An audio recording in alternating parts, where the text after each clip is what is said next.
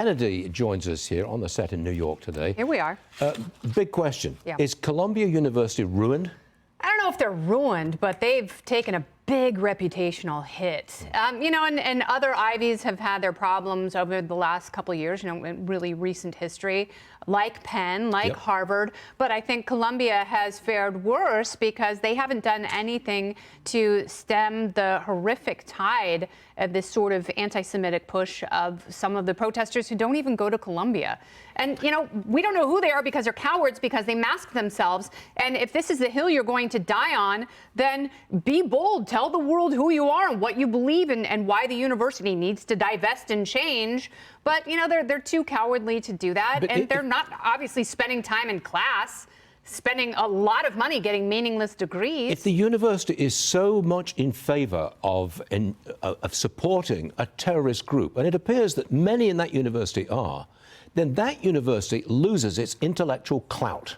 I mean, that university loses its intellectual clout because they don't have an emphasis on academics. They don't have, there's no push to get students researching and performing and generating great ideas. These are not great ideas. These are incredibly divisive issues that take away from what should be one of the most fruitful periods in a young person's life. A long time ago it was for me. All right, next one for you, Kennedy. Okay. Agriculture Secretary Brooke Rollins. He detailed a number of government contracts that have been cancelled because they are woke programs. Watch. We've canceled a $300,000 contract educating on food justice for queer and transgender farmers in San Francisco. A similar contract we canceled in New York, again, educating transgender and queer farmers on food justice and food equality. I'm not even sure what that means. We canceled a $600,000 contract out of Louisiana that was studying the menstrual cycles of transgender men, a $600,000 contract. These are just a few examples of the hundreds and hundreds that we have found.